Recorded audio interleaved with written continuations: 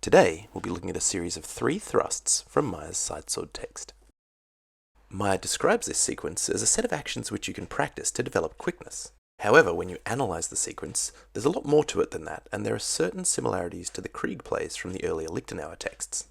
So with that in mind, you can actually apply this set of thrusts to longsword, as well as to sidesword, Dussac, and pretty much any other single-handed weapon. Let's see how it fits together. Starting in left flug, we thrust on the outside line of the blade to the opponent's face. Our second thrust is a snapping over into a left ox on the other side of the blade. Our third thrust winds around, goes underneath their blade, and thrusts in ox, again in left, returning to the outside of their blade. Then of course we withdraw. At first glance, this sequence of thrusts might seem a little unrealistic or strange, so let's disassemble it and see what makes it work. From a position of left flug, we wait for our opponent to approach us in a center line guard like straight parrying or iron gate. When they come into measure, we take advantage of the small gap on the right side of their blade to thrust up along their sword toward their face. Depending on your opponent's position, fencing style, and your own preference, you can adjust the style of thrust you use to suit the situation. Just remember that your thrust has to come close enough to at least threaten the face and is on the outside line of their weapon. To prevent your thrust, it's quite likely your opponent will suppress your blade slightly to their right, opening you up for a counterattack with a thrust or a cut. In response, we can simply yield to their pressure, entering a hanging guard, which prevents them from retaking the center line. There's one small problem with this. If they're strong or tall, they can pressure our blade down out of the way, pushing us to the side and providing an even better line of attack for themselves. To mitigate this risk, we take a triangle step to our right with our rear foot. This takes our entire body out of the line of attack. When viewed from the side, we can see how the hanging point and the step prevent a counter thrust from the opponent. While I'm using the canonical thumbed position and the flat for this parry, you can also parry with the long edge, it's not important. Now it's simply a matter of practicing these movements until they become natural.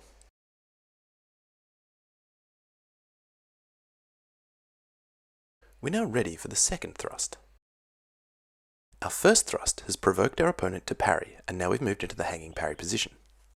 From here we need to bring our point back into presence, and we can do this by disengaging under their sword or disengaging over their sword.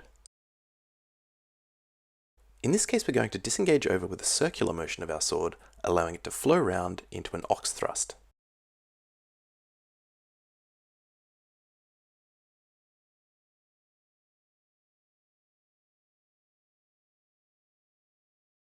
From the side, it's easier to see how we use the downward pressure on our blade from their sword to initiate our snapping motion into the thrust.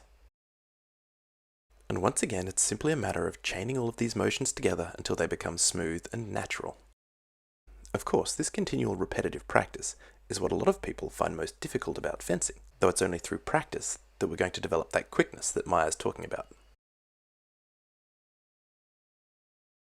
Of course, our opponent is unlikely to let us stab them, and they'll probably parry across to their left. As they do so, wind the back edge of your blade against theirs, so you end up in a right ox. The presence of your point will encourage them to maintain blade contact, and not simply take the center line with an attack of their own. Now we're faced with the choice of whether to disengage over their blade, or underneath their blade. This time, we respond to their parry with a disengage underneath. Let your tip run through underneath their weapon, and then lift up again so you're provided with coverage in a hanging position. This little lift at the end is a really important part of maintaining protection and retaking the center line. Notice also that opening that lead hip up as we come around lets us align our body a little bit better and provides better structure and setup for the follow-on thrust. This brings us to our last thrusting line. In the final thrust, we yield the center line, thrusting out over their right arm towards their face, with a large step out towards the left. This step can be performed with the left foot, as seen here, or we can perform the step with the lead leg, as shown here. Whichever step you use, the thrust winds to the outside over their right arm towards their face. Now let's reassemble the pieces and see what we have. Our opponent comes into measure with a centerline guard such as Iron Gate. Taking advantage of the slight void on the left, we thrust from left flug, and as they parry, we flow off with a step to the side and snap round into an ox thrust on the left. As they parry this, we maintain blade contact and go underneath into the protection of a hanging, and then step out, thrusting over their right arm to their face. Then withdraw to safety. Provoke with an outside line thrust, snap to an inside line thrust, go through underneath, yield, and thrust on the outside line.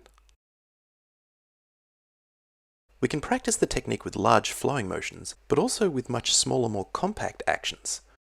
I've run a workshop on these mindful variations in the past, and it's a really good way of making Meyer a little bit more effective in modern fencing competition. Meyer actively encourages adapting or modifying his techniques. For example, seen here, we've replaced the second and third thrusts with false edge cuts. Better yet, we can adapt this entire play to the longsword so that we can use the lessons of the point from the Rappier section along with the rest of Meyer's longsword syllabus. Practitioners of earlier longsword systems will note certain similarities between the Krieg and winding plays of Lichtenauer to this particular sequence of actions. This shouldn't really surprise anyone because the lessons are identical. There are lots of other variations we could perform, but let's quickly summarize what we've learned.